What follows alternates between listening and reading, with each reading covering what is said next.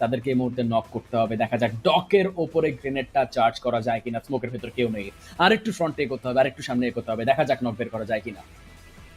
অবশ্যই once again ডকের এগেইনস্টে চারজন player এগিয়ে যাচ্ছেন বাংলাদেশ থেকে। একটা চিকেন ডিনার আশায় আমরা কিন্তু বসেছিলাম পুরো 6টি ম্যাচ জুড়ে, হতে পারে এই ম্যাচেই সেই চিকেন ডিনার, বাট দি মুহূর্তে অপেক্ষা করছেন এখান থেকে একটা পারফেক্ট যদি সুযোগ তারা পেয়ে যান, একটা ছোট্ট ভুল যদি করে ফেলে কেএসএক্স, তাহলে কিন্তু হাতছাড়া হয়ে যেতে পারে সেই চিকেন ডিনার। এটাই কিন্তু অবশ্যই মিস কিন্তু করতে তারা চাইবেন না। এগিয়ে যাচ্ছেন না এখনো পর্যন্ত, একটু সময় নিচ্ছে না। এর আগে এ ধরনের অনেক ভুল আমরা কিন্তু করতে দেখেছি, তারা কিন্তু গিয়ে অনেকবার আসলে কিন্তু ওভার অ্যাগ্রেশন দেখে ফেলে, যেই কারণে আসলে তারা কিন্তু চিকেন ডিনার মিস করেছে। বাট আজকের মিরামারে তারা কিন্তু নিজেদের জন্য স্মরণীয় একটি ম্যাচ কিন্তু খেলে তারা শেষ করতে চায়। এটা কিন্তু হতে পারে পিএমএসএল এ তাদের প্রথম চিকেন ডিনার, পিএমএসএল এর লিগ স্টেজে। এখানে কি তারা পারবে টপ 16 এ থেকে ফাইনালে কোয়ালিফাই করতে? দেখতে তো হবেই। বাট সামনে এগিয়ে যাচ্ছেন ফয়সাল, এখন কিন্তু পাহাড়ের উপরের দিকে ওঠা ছাড়া গতি নেই, তাদের কাছে কিন্তু ভেহিকল নেই এখনো পর্যন্ত সেরকম। এদিকে টেকনিক্যালি তাদের কাছে কিল পয়েন্ট পাওয়ার সুযোগ আছে আরো 4টা। দেখা যাক সেই 4টা কিলের মধ্যে কতগুলো কিল কেএসএক্স এখনো পর্যন্ত পায়। এগিয়ে যাচ্ছেন এক এক করে।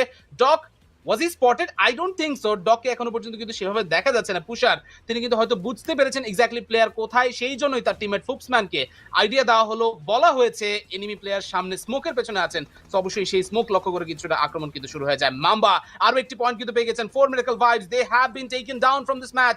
6 এলিমিনেশন নিয়ে তারা কিন্তু থার্ড পজিশন থেকে ম্যাচ থেকে বিদায় হয়েছেন। অন্যদিকে কেএসএক্স এখনো পর্যন্ত তাদের কাছে 58% চান্সেস, এগিয়ে যাচ্ছেন।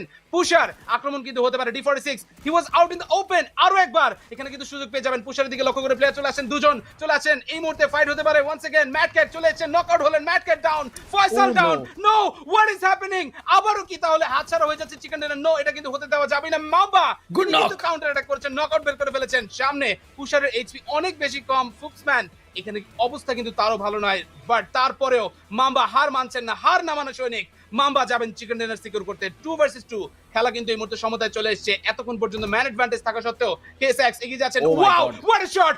Mamba with that pump shotgun. Chicken Oh dinner my finally God, Bangladesh chicken, let's go. Chicken ডিনারটাই আমরা কিন্তু দেখার অপেক্ষা ছিলাম। KSX they are back on this fight. 1500 plus ড্যামেজে চিকেন ডিনার ফাইনালি কিন্তু সিকিউর হয়ে গেল। ম্যাটক্যাট পাত্তা দাও, ম্যাটক্যাটকে পাত্তা দাও। ফয়সাল এতক্ষণ ধরে হাত মিলানোর জন্য হাই ফাইভ চাচ্ছে, বাট পাত্তাই দিচ্ছে না।